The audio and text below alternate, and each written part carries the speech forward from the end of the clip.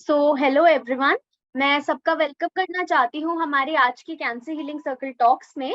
मैं आप सभी को आज के सेशन की गाइडलाइंस बता देती हूँ। Healing circles are safe havens. They are built on a foundation of kindness and respect. Circle participants agree to listen with compassion and curiosity, honor each other's unique ways of healing, and don't presume to advise or fix or try to save each other. Hold all stories shared in the circle confidential.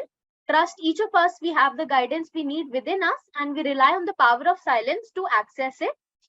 इसी के साथ में सब लोगों को जेन onco cancer care app के बारे में भी बताना चाहूंगी। आप लोग को ये ऐप जरूर डाउनलोड करना चाहिए, क्योंकि यहाँ पे आप cancer patients, cancer survivors, cancer care givers and साथ में ऑन्कोलॉजिस्ट एंड बाकी कई सारे एक्सपर्ट से कनेक्ट कर सकते हैं, उनसे गाइडेंस ले सकते हैं, वो भी फ्री ऑफ कॉस्ट। मैं सब लोग को ये भी बताना चाहूंगी कि आज का जो सेशन है वो मेनली हिंदी में होगा, जनरल इंग्लिश टर्म्स के साथ, ताकि ज्यादा से ज्यादा लोगों को समझ आ सके। एंड आज की हीलिंग सर्कल टॉक्स में हमारे साथ हैं हर्षा जी, जो कि एक ब्रेस्ट कैंसर वॉरियर हैं। मैं आप सभी को उनके बारे में थोड़ा इंट्रोडक्शन दे देती हूँ। Harsha ji was diagnosed with stage 3 breast cancer after discovering a hard lump in her breast. She underwent surgery and chemotherapy and faced many side effects such as fatigue, nausea, loss of appetite, and emotional struggles.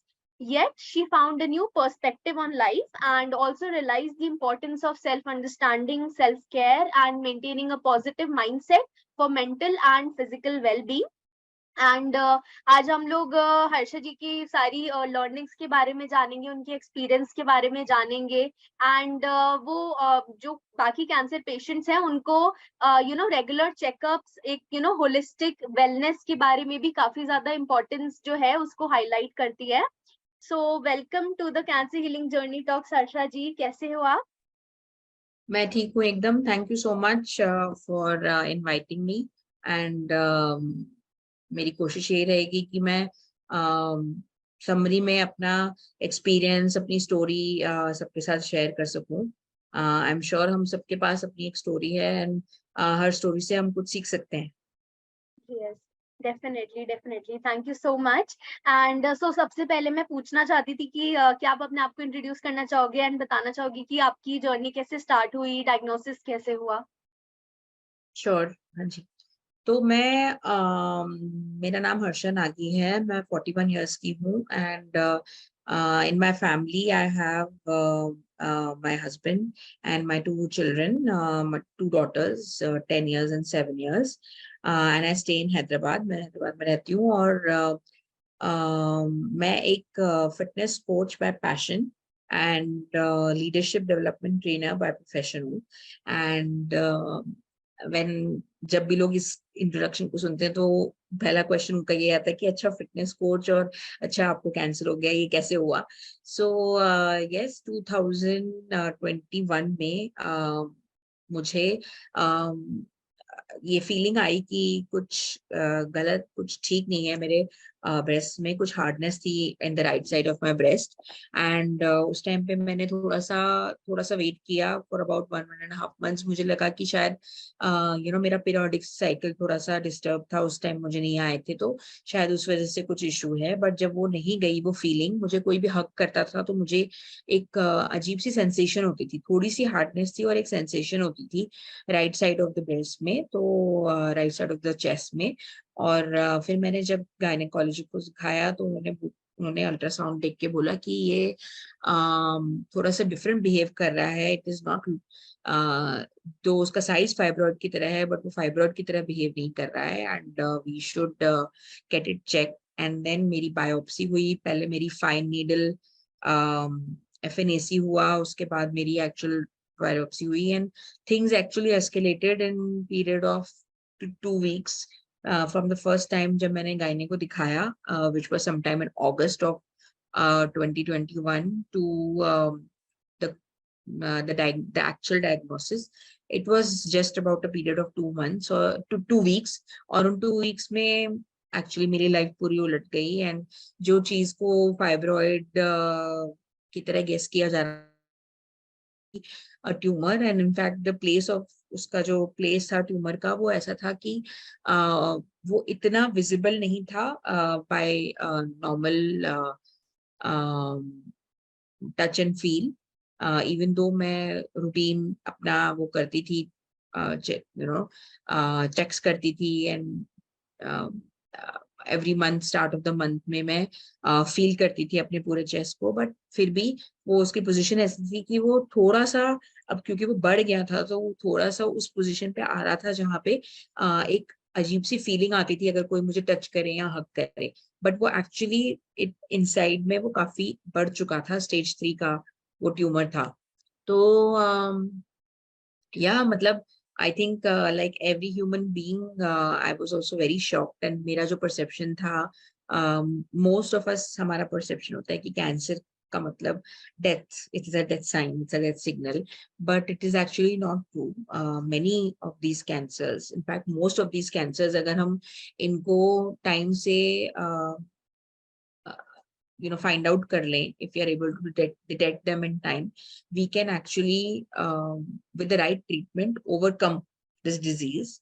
So मेरा अपना cycle रहा, हम leadership development जो मेरा फोरे है जिसमें मैं ट्रेनिंग देती हूँ, उसमें एक बड़ा इंटरेस्टिंग सा मॉडल है ऑन चेंज एक्सेप्टेंस, की अगर किसी ऑर्गेनाइजेशन में या किसी बंदे को या किसी सिचुएशन में किसी को चेंज एक्सेप्ट करना है किसी भी टाइप का, तो एक मॉडल होता है, उसको हम बोलते हैं सारा मॉडल, SARAH, सारा model, which is all about shock, anger, resentment, acceptance and hope, SARAH। तो आई थिंक मेरा तो एग्जैक्टली उसी स्टेज के थ्रू पास ऑन किया मेरा पूरा जो reaction and the way I handle this issue. तो पहले के ऑलमोस्ट 24 to 40 आवर्स तो मुझे एक्सट्रीम लेवल्स ऑफ शॉक था एंड एंगर भी था, कि मतलब despite taking care of my health and being a fitness trainer and being so focused on eating right, exercising every day, मैं फिर भी मुझे कैंसर हो गया। But the thing about cancer is कि it can happen to anyone, unless for example, जिन लोगों को लंग कैंसर होता है, lot of it is connected to constant smoking, या बहुत सारे लोग अगर huge amounts of junk food और बैड लाइफस्टाइल हैबिट्स के साथ जीते हैं और अगर उनको कैंसर होता है तो directly you can connected to a source. या अगर किसी को किसी की फैमिली हिस्ट्री में हेरिडिटरी है कैंसर, तो यू कैन कनेक्टेड, बट मेरे केस में जो भी रिस्क फैक्टर्स थे related to breast cancer, I did not tick mark on any of them. तो it was a shock for me कि despite not having any of the risk factors मुझे cancer हुआ है। But risk factors का मतलब ये होता है कि आपको ज्यादा रिस्क है, अगर आपका हेरिडिटरी है, या आपका लाइफस्टाइल ज्यादा बैड है, या आप ओबीस हैं, या आप एक्सरसाइज बिल्कुल नहीं करते, जो भी है, जो फैक्टर्स होते हैं उनकी वजह से आपका रिस्क बढ़ जाता है। पर इसका मतलब ये नहीं है कि अगर आप किसी भी रिस्क पे टिक मार्क नहीं करते तो आपको नहीं हो सकता कभी भी जिंदगी में, ऐसा नहीं है। Cancer is a very complex disease. वो क्यों होता है, अंदर हमारे क्या होता है जिसकी वजह से वो होता है, it's very difficult to place. हमारे हाथ में नहीं है ये जानना अंदरूनी ये क्यों हुआ। हमारे हाथ में बस यही है कि अब जो हमें हो गया है तो हमें अपनी पूरी जी जान लगानी है अपने आप को ठीक करने में, और फिर अपने आप को आगे ठीक रखने में भी। तो उससे हमें we have to take all the measures, take the best of the treatment and get better. तो the first realization which I needed to have was कि अब ये हो चुका है, मैं इस बारे में मैं कुछ change नहीं कर सकती। What I can do is मैं अपने survival के chances improve करने के लिए I can try and stay in a very positive mindset and try and accept all the treatment with all my might and fight the disease and survive and be a strong winning survivor. So that's what I did. I think मेरे shock and anger के shock anger resistance जो 3 stages होती हैं पहली, उनसे मैं मतलब मुझे थोड़ा टाइम लगा, अबाउट अ वीक लगा to get through those, but मैंने एक्चुअली अपनी सर्जरी बहुत जल्दी स्केड्यूल कर दी। तो जिस टाइम बायोप्सी में पता चला कि मुझे है और मुझे मेरे ऑन्कोलॉजिस्ट ने एडवाइस दी कि देखिए हम आपकी ब्रेस्ट कंजर्वेशन सर्जरी कर सकते हैं, अभी आपकी उतनी एज नहीं है और जो आपका ट्यूमर का जो पोजीशन है उसमें हम निकाल सकते हैं इजली आपका ट्यूमर, और we don't need to sacrifice your entire breast, you don't need a mastectomy, you can do a breast conservation surgery. तो जैसे ही मुझे पता चला कि doctor are showing a lot of positive hope, मैंने within 2 to 3 days as soon as मेरे doctor available थे, मैंने सर्जरी शेड्यूल करवा दी। तो actually I just got about 2-3 days to work through my mind and settle down my emotion. Of course मेरे husband has been a big rock solid support, and even my parents and my in-laws, my sister, my mom, सब लोगों ने though they were away from me उस time पे at that moment, वो तो immediately नहीं आए थे, बाद में आए थे, but they were really standing by me through all the treatment. And in fact मेरी मदर इन लॉ, मेरी मॉम, मेरी सिस्टर ने बाय रोटेशन मुझे विजिट किया और मेरे साथ बहुत सारा टाइम स्पेंड किया, मेरे घर का ख्याल रखा। इवन मेरी maid has been really a superstar. अगर वो नहीं होती तो देयर वर डेज जब मेरी कीमो ट्रीटमेंट 12-1 बजे तक रात को चली है, एंड मेरी मेड ने मेरे बच्चों के साथ वो रही है रात को, उसने सब कुछ देखा है।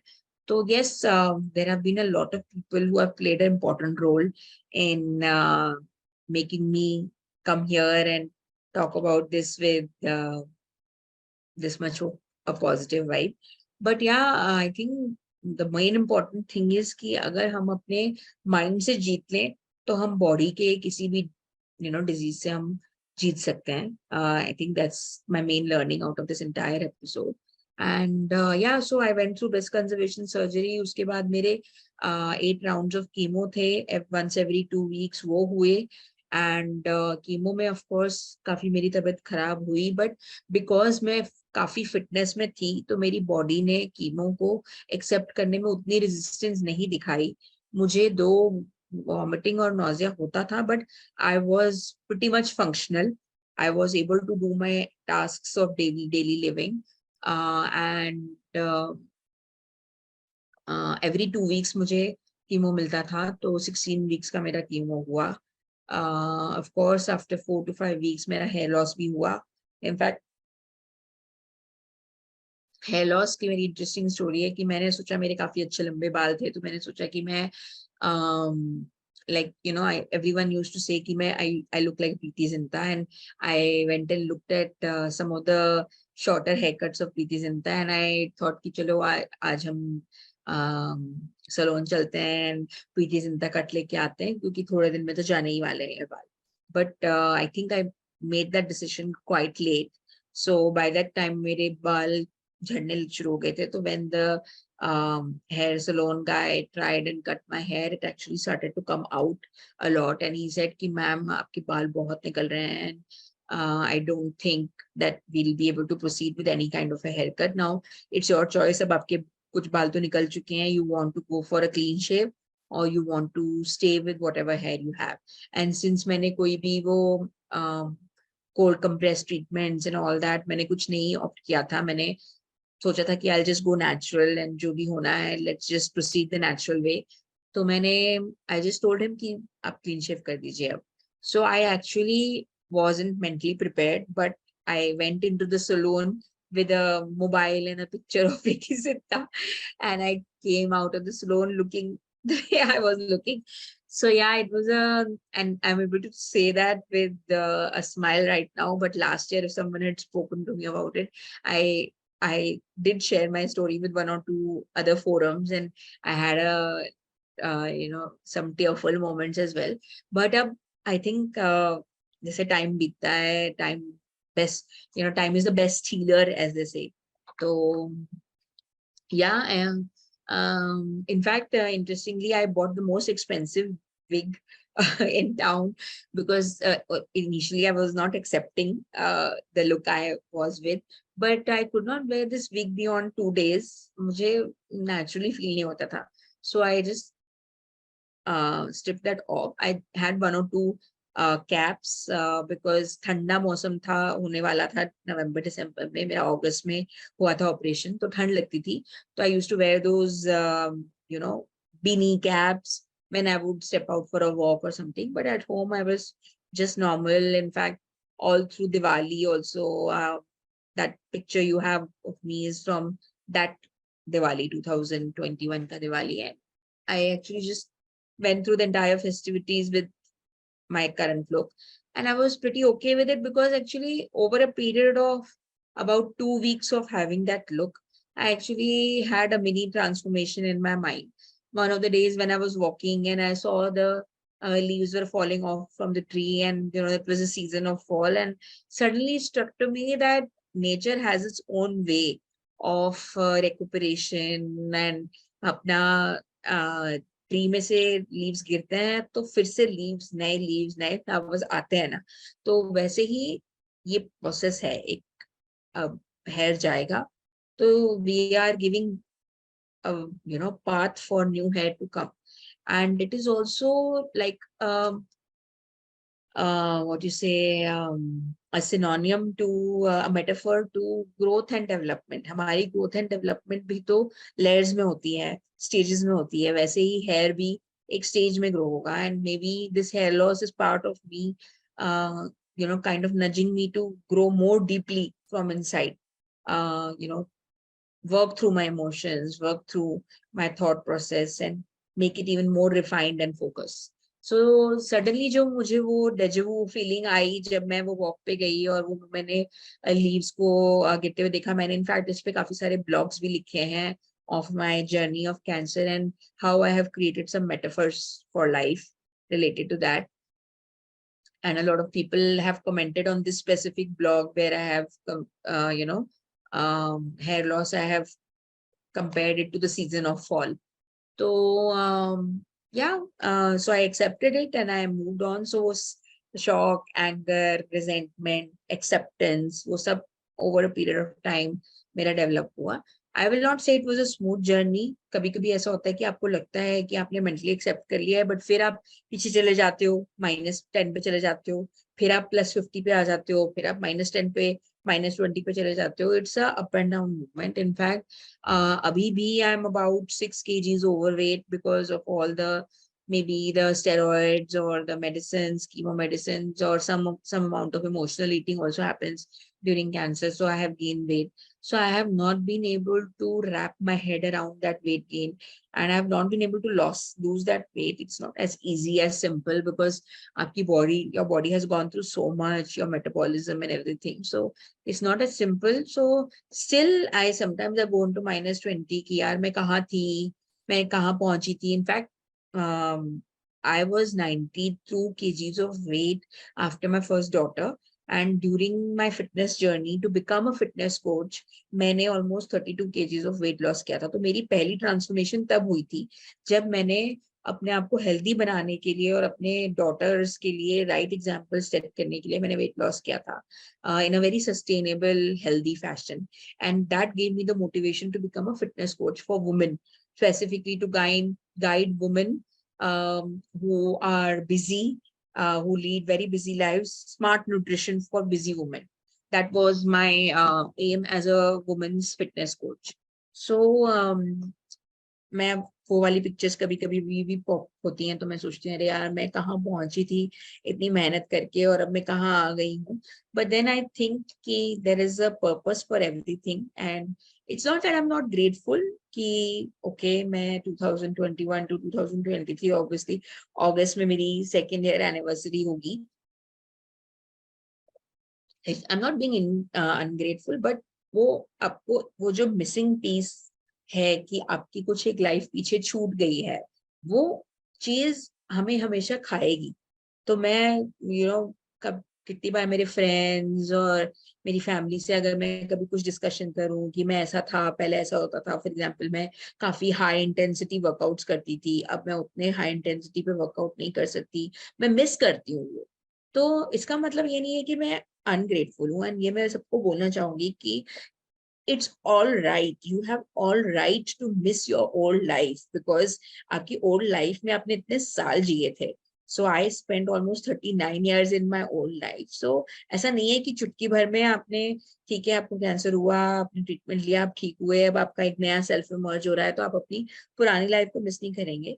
आप मिस कर सकते हैं अपनी life, it's absolutely okay to do that, but what is important is to slowly start building some pieces of your old life back, so that जो चीजें आप मिस करते हैं, चाहे आप उतने लेवल पे उनको नहीं कर सकते, बट कुछ लेवल तक अगर आप करेंगे तो आपको अच्छा फील होगा। जैसे अभी the most recent example of that is that I used to run group fitness classes for women, and then I stop during my treatment, and उसके बाद मैं कभी उस चीज पे वापस नहीं आई। In fact I started classes for breast cancer survivors. So I actually take mindset, nutrition and fitness classes online Zoom पे for breast cancer survivors. मैंने एक Facebook ग्रुप एंड एक हब बनाया है, win breast cancer India hub, जिसके through मैं ये classes लेती हूँ। तो ब्रेस्ट कैंसर सर्वाइवर्स मेरी क्लासेस ज्वाइन करते हैं, वो एक तरीके का मेरा गिव बैक है, because I have gone through an experience. और मुझे लगता है कि सिर्फ ब्रेस्ट कैंसर पे अपार्ट फ्रॉम जेनॉन को और कोई फोरम्स या फेसबुक ग्रुप्स ब्रेस्ट कैंसर पे इंडिया में नहीं है। यस, जेनॉन को तो बहुत काम कर रहा है सारे कैंसर्स पे डेफिनेटली, बट बियॉन्ड दैट और कुछ नहीं है। तो अगर ब्रेस्ट कैंसर सर्वाइवर्स को एक दूसरे के साथ एक कनेक्शन जोड़ना है और कुछ रिलेशनशिप बनानी है, अगर वो कुछ they are going through something and they want to talk to someone who has suffered through breast cancer, not just normal cancer, then to find a community of such people, it is not as easy. Yes, Zenon को की अपनी community है and we all are part of it, but beyond that it may not be as easy. तो मैंने इसलिए ये win breast cancer India hub खोला है, जिसमें मैं I try to offer mindset and nutrition and fitness tips. In fact हम fitness और 3 days a week हम मिलते हैं और 40 to 45 minutes of gentle healing and gentle fitness साथ में करते हैं। So that's my give back as a fitness coach, but beyond that I wanted to have some parcel of my life back.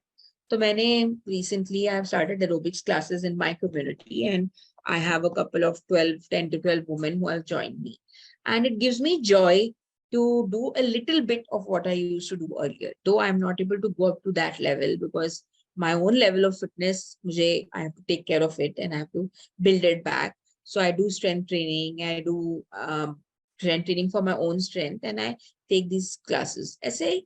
I used to love baking before my cancer. During cancer, पता नहीं कुछ हुआ, now I don't bake as much. Sometimes when my kids nudge me, वो मुझे nudge करते हैं कि आप ना पहले आप हेल्दी बेकिंग करते थे, आप होल व्हीट जैगरी बेस्ड इतना सब कुछ बनाते थे, अब आप बिल्कुल भी नहीं बनाते हो। तो मुझे कभी कभी गिल्टी फील होता है, फिर मैं सोचती हूँ कि ठीक है जब मेरा मन करेगा तब करूंगी। तो वंस इन अ वाइल अगर मेरा मन करता है तो I get into it, but I try not to be too harsh on my self, I try to take it a little easy, क्योंकि इट्स ओके।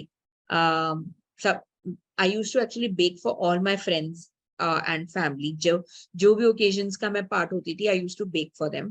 अब मेरा उतना अंदर से मुझे motivation नहीं आता है, तो I'm not trying to challenge myself. I try to take it easy. And I'm sharing this क्योंकि it's an example of trying to just let it go. It's okay. हमें वो सब करने की जरूरत नहीं है जो हम पहले करते थे, अगर हमारा मन नहीं कर रहा तो। And we have gone through something really significant and magnanimous in our life, so we have to just give ourselves some benefit of doubt. तो वो important है मेरे हिसाब से। इस जर्नी में सब ups and downs आते हैं। It's like it's actually like a chapter of mystery thriller. तो हर चैप्टर में कुछ अप आता है, कुछ डाउन आता है, कुछ कुछ कोई चीज रह जाती है जो नेक्स्ट चैप्टर में पूरी होती है, राइट? तो हमारी लाइफ भी वैसे ही है। अगर हम सोच रहे थे कि हमारी लाइफ एक कांस्टेंट हैप्पी कर्व में रहेगी, तो ये हमारी एक्सपेक्टेशन थी लाइफ से। लाइफ ने तो कभी प्रॉमिस नहीं किया था कि वो हमेशा हमें एक रोजी हैप्पी पिक्चर देगी, right? So it is all on us.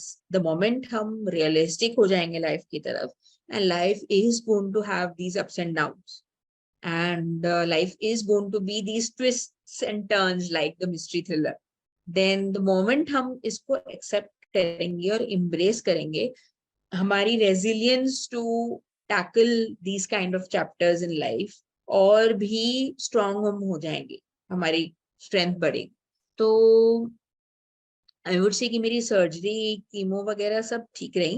Radiation के समय मेरे को थोड़ी सी दिक्कत इसलिए आई बिकॉज रेडिएशन में सेकेंड वेव ऑफ कोविड आया था, and I actually contracted Covid most likely may be from the hospital, क्योंकि वो 32 डेज तक एवरी डे जाना होता है. चाहे आप जितना भी अपने आप को कवर अप करें, बट आपकी इम्यूनिटी कम रहती है, आपकी इम्यूनिटी कॉम्प्रोमाइज रहती है. तो I might have got it during that time. तो उसकी वजह से मेरा रेडिएशन पॉज हो गया, एंड देन 2 हफ्ते बाद मैं फिर से गई, तो मेरा रेडिएशन ट्रीटमेंट लंबा खिंचा. एंड रेडिएशन में जो इफेक्ट्स होते हैं वो बिल्डअप करते हैं. दो कीमो के इफेक्ट्स आपको पता होते हैं कि एक्सपेक्टेड होते हैं कि अच्छा मैं कीमो लूंगी एक दिन, उसके 3 दिन 4 दिन हर एक का डिफरेंट होता है. जैसे मुझे 4 दिन तक अच्छा नहीं लगता था, फिर धीरे धीरे मुझे बेटर लगने लगता था. तो there used to be a time of at least 8 days before my next chemo जब मैं नॉर्मल फील करती थी, एटलीस्ट फीलिंग नॉर्मल होती थी.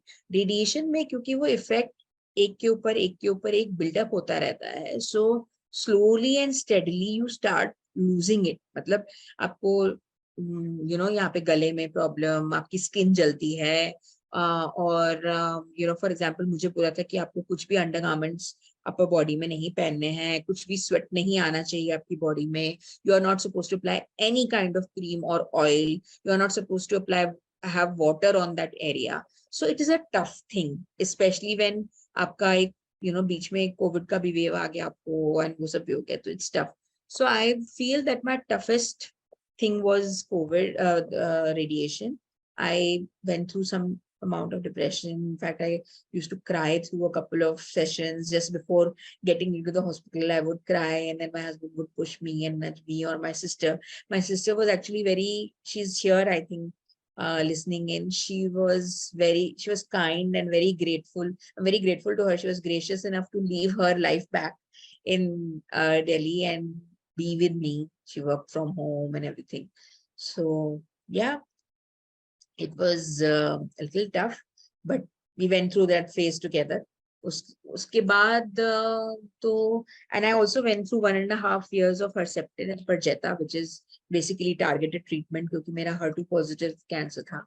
तो वो treatment भी मेरी every 3 weeks होती थी. तो that ended in November, last November. So 7-8 months हो गए हैं उसको. So yeah, that's how things are. I think overall, I would just say कि it's an experience, and sometimes these experiences are meant to be. आपकी life में ये आते हैं, आपको कुछ सिखा के जाते हैं, आपको रेजिलियंस, स्ट्रेंथ, करेज, कन्विक्शन कि मैं I will emerge as a survivor, as a winner from this experience. ये विजुअलाइजेशन, पॉजिटिव विजुअलाइजेशन मैंने जो की, एंड जो सब करते हैं, हम सब करते हैं, जिसको भी होता है, I think those are the lessons to learn. And yeah, I mean, never expect any dull moment from life. क्योंकि अगर आपको लगेगा कि हम सब नॉर्मल है, सब ठीक चल रहा है, कुछ ना कुछ ऐसा इशू, कुछ I mean, I will hope and pray कि किसी को कभी कैंसर ना हो. That's a very extreme example of a down. But सबकी लाइफ में कुछ अप एंड डाउन आते हैं, कुछ फाइनेंशियल challenges, कुछ health challenges, कुछ physical challenges, कुछ mental challenges. We are not always in the peak of our emotion. So I think what is important is कि हमेशा थोड़ा सा एक बैलेंस बना के रखा जाए. बहुत ज्यादा energy and excitement in life या बहुत ज्यादा depression in life, both are not good. थोड़ा सा अपना बैलेंस बना के रखना चाहिए, and just enjoy every moment. Don't expect too much from life कि मतलब हर मोमेंट में मुझे कुछ ना कुछ मिलता ही रहे. Just थोड़ा गिविंग भी हमें सीखनी चाहिए. गिव करें, मतलब थोड़ा फिलोसफिकल है, थोड़ा सा गिव करें. So my all this which I do for fitness coaching for breast cancer survivors, fitness coaches, coaching for women, these are not my sources to earn income. These are purely for give back. I actually charge minimal amount. This is जो मेरे systems and processes को on रखने के लिए amount में spend करती हूँ, I only charge that much, it's like a minimal amount, because I believe कि थोड़ा सा हमें गिव बैक भी करना चाहिए. एंड बाकी तो of course I am into training, so I have a training company which I co-lead with my husband, so that is my primary source of income. So थोड़ा सा गिविंग, थोड़ा सा balance life में, forgive and forget. A lot of people don't understand what we have gone through and they trivialize it. So I think another message to everyone out there is ki if you know any cancer survivors around you and they share something with you, don't trivialize it. It's something which they have gone through. और आपको लगेगा कि अरे अच्छा weight gain हो गया है, कपड़े पूरे नहीं आते, नए कपड़े खरीद लो. Like some of my friends would give these kind of solutions to me. अरे यार तुझे कपड़े पूरे नहीं आते, कोई नहीं नए कपड़े खरीद ले. It's not about that. I know the solution to the problem. It's just that it's a change in my life and I'm taking some time to accept it. So आपके around जो ऐसे कैंसर सर्वाइवर्स होते हैं उनके लिए आप you need to have little more patience and just listen to them and just don't jump to solutioning. Mostly when people share something, they're only looking for a listening ear. वो solution नहीं मांग रहे होते. अब से solution simple होता है problem का कि अच्छा आपको ये problem लग रही है दिमाग में, भूल जाओ, आगे बढ़ जाओ. हाँ, but अगर भूलना इतना आसान होता तो सभी सब कुछ भूल जाते, right? So yeah, I think यही है मेरी स्टोरी और मेरे आई थिंक मैंने थ्रू ऑल माय टॉक मैंने अपने लेसन्स भी काफी अच्छी तरह से एक्सप्लेन कर दिए हैं. That's what I wanted to share. Right. So thank you so much. First of all आपने इतनी सारी हमारे साथ इतनी वैल्यूएबल लर्निंग शेयर करी है, इतने अपने एक्सपीरियंसेस शेयर करे हैं, straight from the diagnosis to the treatment, and even after the treatment आपने बताया दैट एक्सेप्टेंस कितना बड़ा रोल प्ले करता है, एंड इमोशनल वेलनेस कैसे इतना ज्यादा इम्पोर्टेंट रहता है. एंड आपने काफी चीजें कवर करी. सो लाइक मैं जो आपसे पूछना चाहती थी बीच में, you have covered it all. So like I wanted to ask कि आपने कैसे अपना emotional well-being manage किया, या आपने क्या lifestyle changes करे, या आप क्या learning share करना चाहोगे. आपने सब कुछ totally cover किया and it was so inspirational, right. मतलब इतना अच्छा लग रहा है मुझे कि इतनी चीजें सुनने को मिली है, इतनी अच्छे से पता चला है. So yeah we are really proud of you. And अभी और भी कुछ लोग हैं जो आपके साथ थोड़ा डिस्कस करना चाहेंगे. मैं एक बार सब लोग को बता देती हूँ दैट मैं हमारा contact number and app download का लिंक यहाँ शेयर कर रही हूँ चैट पे. तो इनकेस किसी को भी कैंसर रिलेटेड कोई हेल्प चाहिए या किसी से कनेक्ट करना है, कोई भी गाइडेंस चाहिए, so we are always there for you. And also अगर किसी को कुछ क्वेश्चन है, किसी को कुछ डिस्कस करना है अर्षा जी से, so they can mention their queries in the chat itself, या फिर हैंड रेज कर सकते हैं. सो दीपक जी को अभी कुछ डिस्कस करना है. दीपक जी मैं आपको अनम्यूट कर रही हूँ.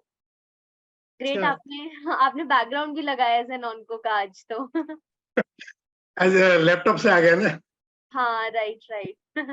वेलकम टू जेनॉन को परिवार. हर्षा जी thank you so much Deepak जी. मैं खुद केयर गिवर हूँ. आज भी हमारे ग्रुप में और भी देखिए एक डॉक्टर जवाद है, पाकिस्तान से है. नाइस. ऐसे आपने बताया फेसबुक में आपका ग्रुप है ना. हाँ जी. ऐसे सेम मेरे एक ग्रुप है वहां पर. इस टाइम 30,000 से ज्यादा मेंबर थे उसमें. आप उसमें ज्वाइन कर सकते हैं, वहां पर भी गाइड कर सकते हैं, आप अपनी डिस्कशन कर सकते हैं. श्योर बिल्कुल. आप उसका नेम ऑफ द ग्रुप आप टाइप कर दीजिएगा. Definitely I would love to join. मैं आस्था जी आपका नंबर लेकर के डिस्कस करेंगे हम लोग ज्यादा और भी. ठीक है. श्योर. अभी क्या मेंटेनेंस थेरेपी में आपको क्या चल रहा है?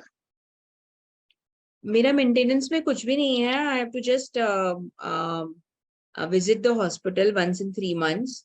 वो जो पोर्ट लगाया है उसको पंप कराना होता है. करवाना है वो तो पोर्ट क्लीनिंग हर 3 महीने में करवाना है. हाँ बस वो है. और मैमोग्राम होगा एवरी 6 months. अच्छा. दिसंबर में मेरा पेट स्कैन हुआ था. उसके बाद every 3 months port cleaning and every 6 months mammogram. Okay. आपका EAPR क्या था? नहीं था, नेगेटिव था। अच्छा, इसलिए आपको मेंटेनेंस थेरेपी नहीं है, सिर्फ हर्सेप्टिन दे करके कंप्लीट किया हाँ हुआ जी, सिर्फ हर्सेप्टिन और परजेता 2 लिया। है। तो बराबर है। आपने वहां पर एक बैकग्राउंड में लिखा हुआ है, बेटा ये नहीं हो पाएगा, आप लिखना है कि बेटा ये सब हो पाएगा मेरे से, वही बेटा है, तेरे से ये मतलब हो पाएगा सब।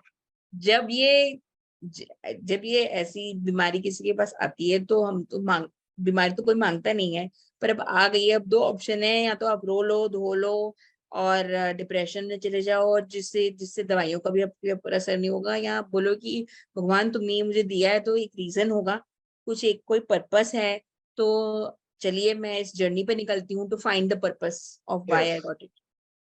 एंड हम लोग सेकंड लाइफ बोलते हैं। बिल्कुल।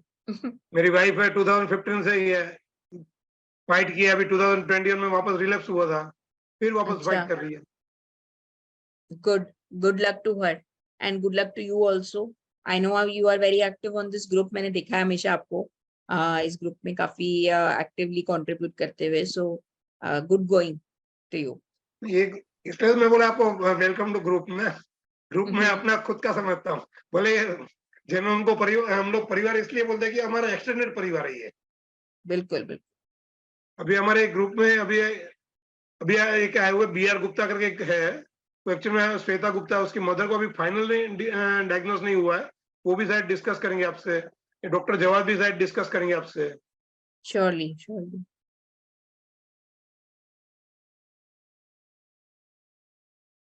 आस्था जी पूछ लीजिए, आप किससे भी करना है तो। जी जी, जैसे कि अभी आप बता रहे हो दैट उनको कुछ डिस्कस करना है BR गुप्ता जी को और डॉक्टर जवाद जी को, तो अगर आपको कुछ डिस्कस करना है तो आप अपना हैंड रेज कर सकते हैं, मैं आपको अनम्यूट कर दूंगी, अदरवाइज आप चैट बॉक्स पे भी लिख सकते हैं।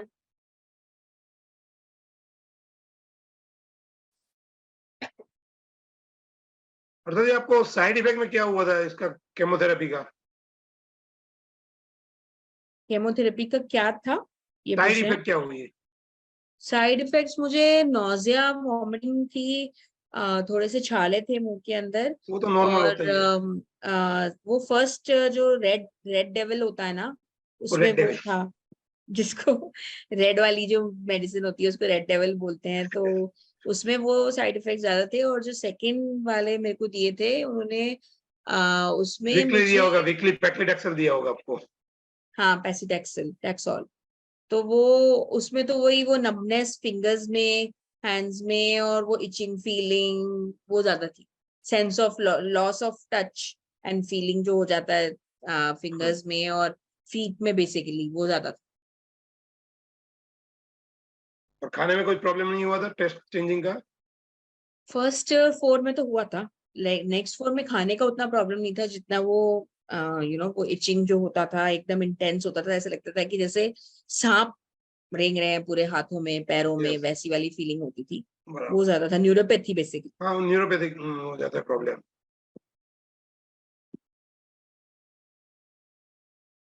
राइट राइट, एंड इनफैक्ट अभी मुझे मैसेज भी आया है डॉक्टर जवाद का दैट वो थोड़ा अर्ली डायग्नोसिस की अवेयरनेस के बारे में डिस्कस करना चाहेंगे। तो डॉक्टर जवाद, मैं आपको एक बार अनम्यूट कर रही हूँ, हम डेफिनेटली इस पे एक बार बात कर सकते हैं, सबको काफी हेल्प होगा इससे।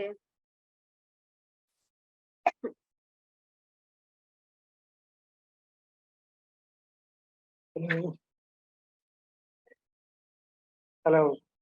Hello hello doctor Jawad. हाँ जी, मेरा ख्याल है आप अब मुझे बेहतर सुन सकते हैं, ठीक सुन सकते हैं। जी जी, बिल्कुल।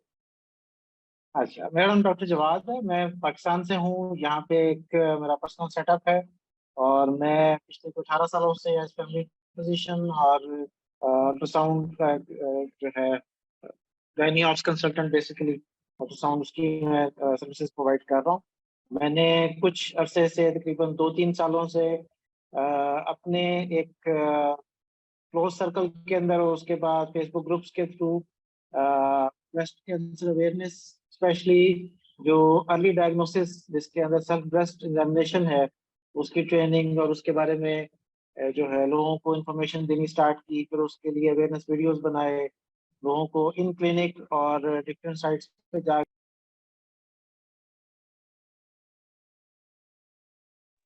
वन वन सेशंस किए और स्टूडेंट्स के साथ, ताकि उनको, एक तो हमारे जो सबसे बड़ी मिसकंसेप्शन है, जो सबसे ज्यादा आजकल मसले का बाइस बन रही है, हम कहते हैं कि जी 40-45 साल से एज से कम ब्रेस्ट कैंसर नहीं होता या बहुत रेयर है। इस वजह से इतने ज्यादा केसेस जो है वो डायग्नोज नहीं हो पाते, या जब डायग्नोज होते हैं तो स्टेज 3 स्टेज 4 पे होते हैं। ये इतना हमने अपने साथ जुल्म किया है कि हम ये सुनी सुनाई बातें, प्लस जो गूगल के ऊपर इंफॉर्मेशन है वो एक जनरलाइज्ड इंफॉर्मेशन है, जिसका जरूरी है कि हर जो कंट्री है, हर एथनिसिटी है, हर रेस के साथ डायरेक्ट लिंक हो। इंडिया है, पाकिस्तान है, फिलीपींस है, बांग्लादेश है, अफगानिस्तान है, ईरान है, यहाँ पे बिलो 40 इयर्स एज इतनी ज्यादा केस रिपोर्टिंग है, specially with in the last decade.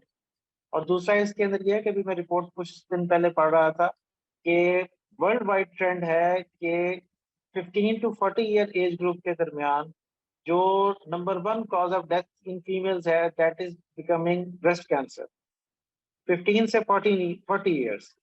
तो ये जो लेटेस्ट सर्वेज हैं ये वर्ल्ड वाइड हैं, और उसकी जो सबसे मेन वजह है वो हमारी डाइटरी हैबिट्स है, हमारे ऐसे फैक्टर्स हैं जिसको हम डायग्नोज प्रॉपरली नहीं करते, क्योंकि हमें ये बताया ही नहीं गया कि आपने अर्ली एज के ऊपर डायग्नोसिस जो है वो सेल्फ एग्जामिनेशन कैसे करना है। आपको कोई कंप्लेंट है तो आप उसके बारे में लोगों को बताएं, अपनी फैमिली में बताएं, अपने बड़ों को बताएं, और उसके बाद डॉक्टर से रब्ता करें। और इसमें डॉक्टर्स को एजुकेट करने की जरूरत है कि आपने किसी कंप्लेंट को लाइट नहीं लेना। कि अगर कोई 18 या 20 साल की लड़की आई है, वो कहती है मुझे ब्रेस्ट में गिल्टी, आप ये नहीं कहें कि ये नॉर्मल है, ये सबके बन जाती है, कि उसके अंदर उसपे डक्ट्स एंगॉजमेंट है या हार्मोनल चेंजेस हैं।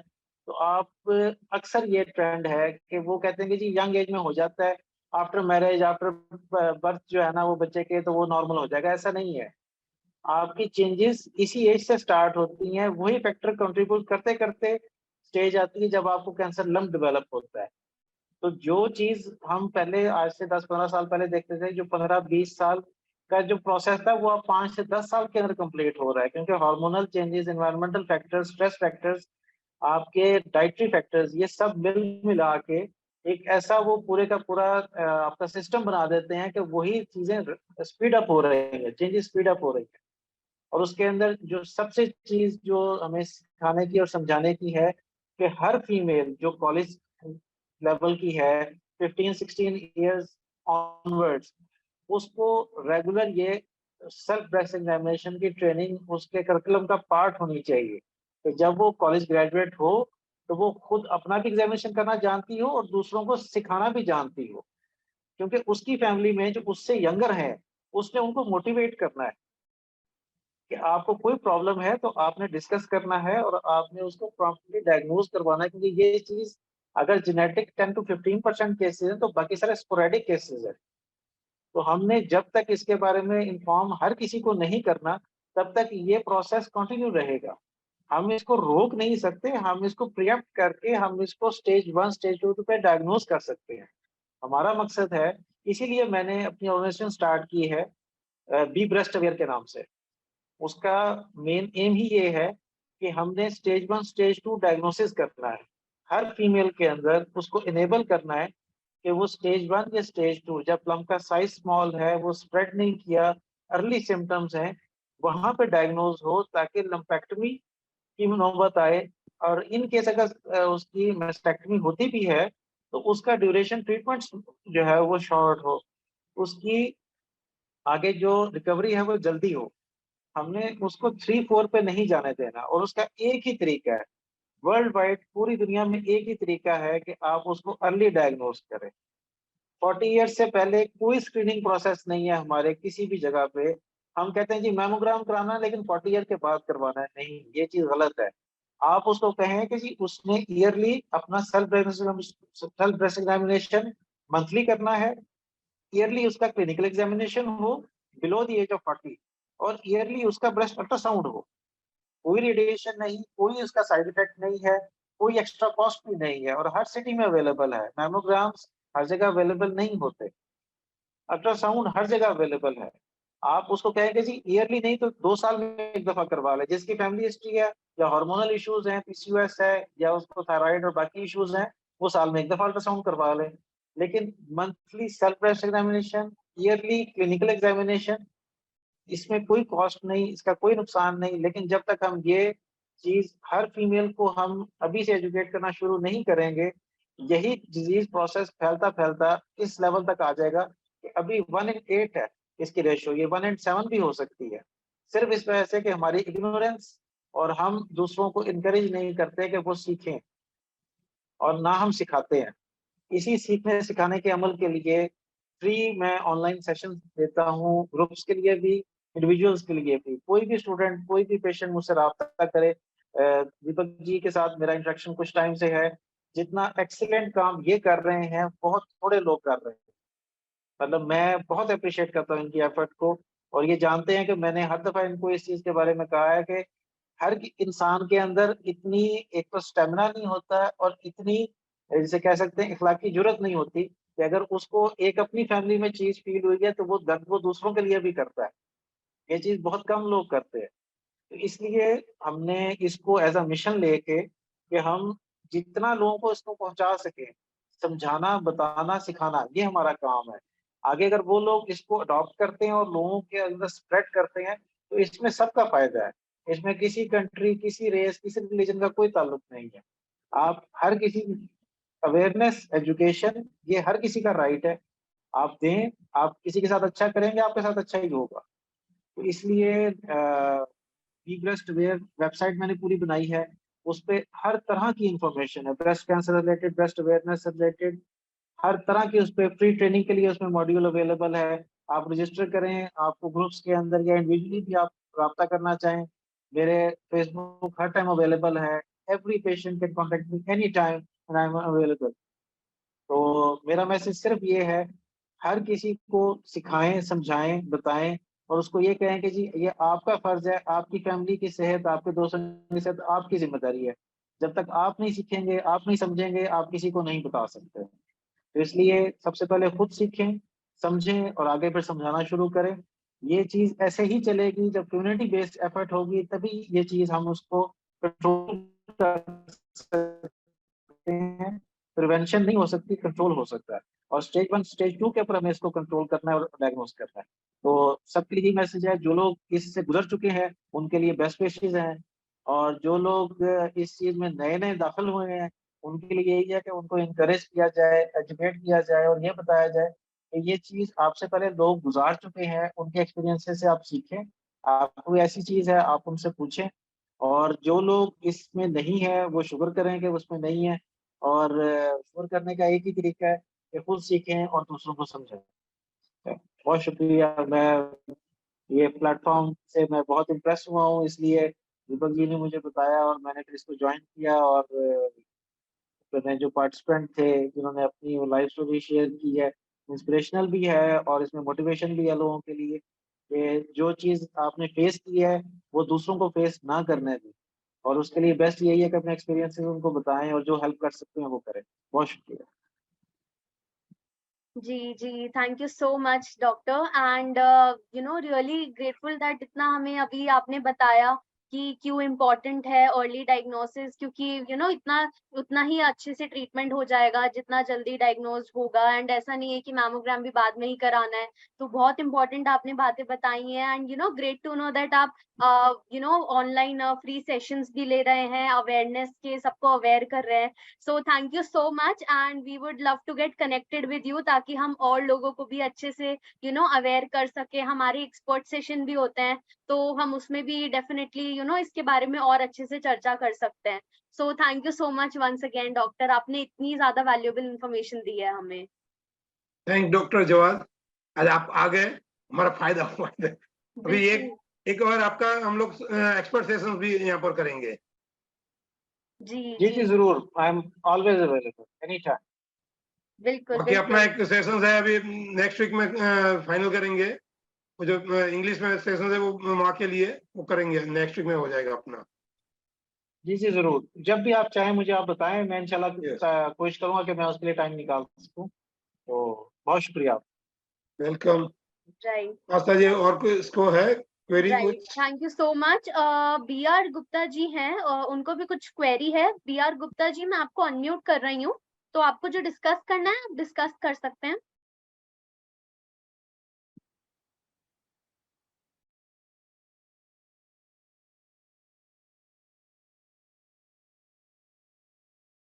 आई थिंक वो अभी अवेलेबल नहीं है।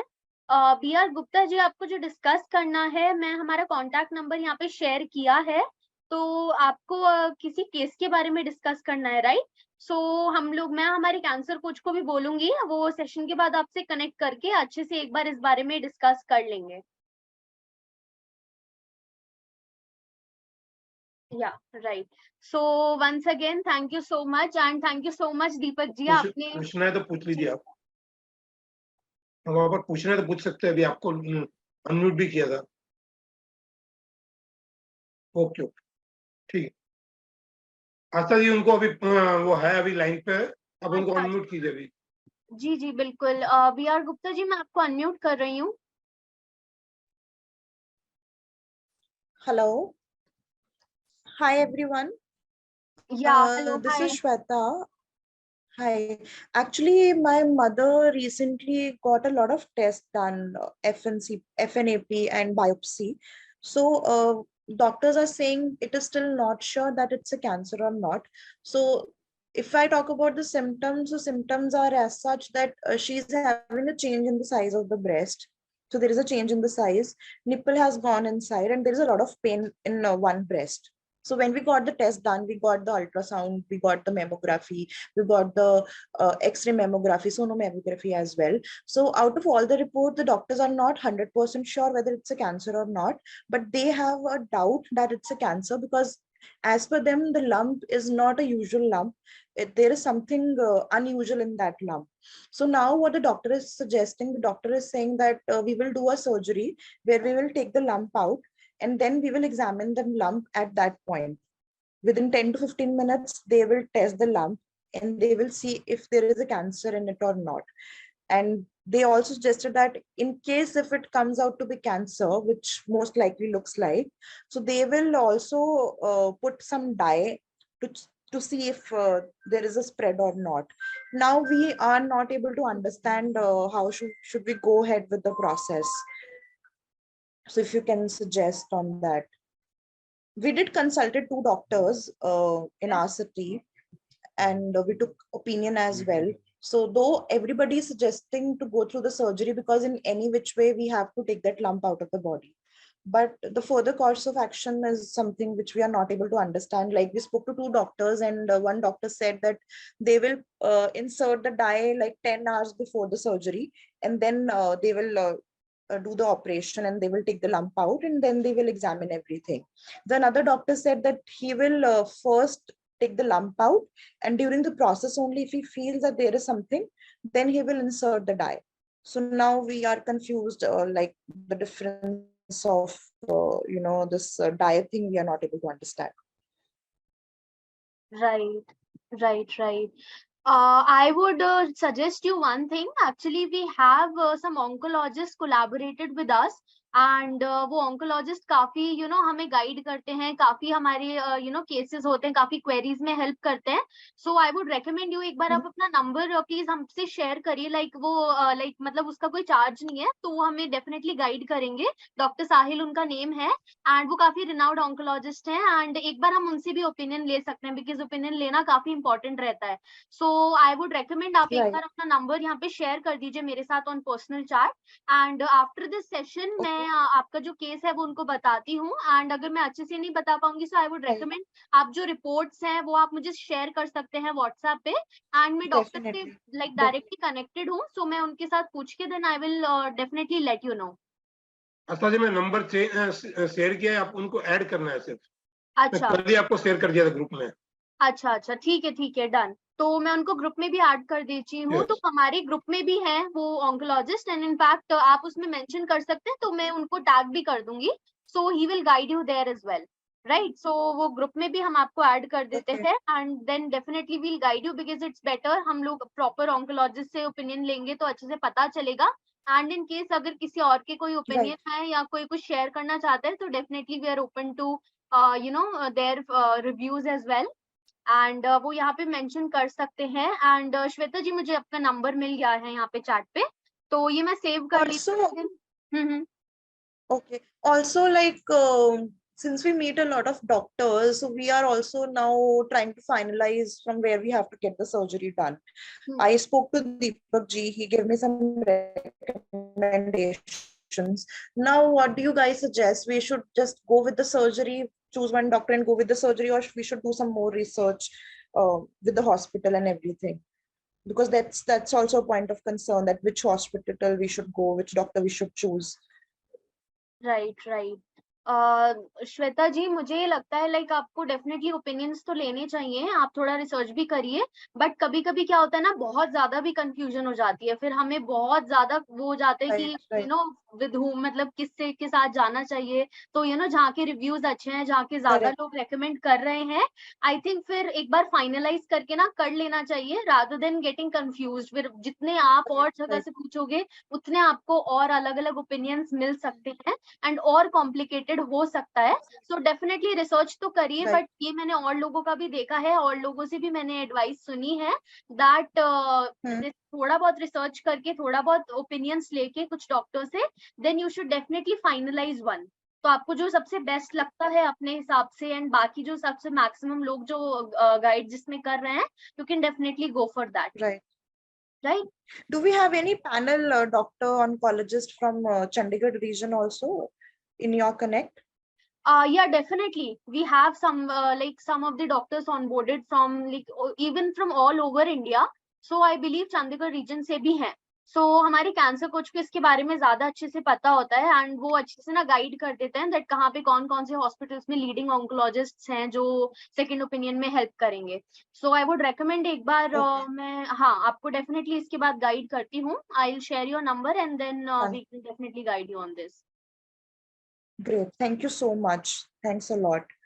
राइट नहीं, no worries, we are always there for you. जो भी आपके डाउट्स हैं आप ग्रुप पे भी पूछ सकते हैं, ग्रुप पे ऑन्कोलॉजिस्ट भी हैं, बाकी भी एक्सपर्ट्स हैं।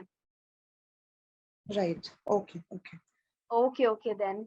Thanक you so much, and once again thank you so much Deepak ji, and thank you so much Harsha ji. Deepak ji आप मेरे लिए तो है ही नहीं, मेरे लिए थैंक्स नहीं है, मेरा तो आप भले हमारे को अलग गिनो, हम तो हमारा परिवार है ये तो।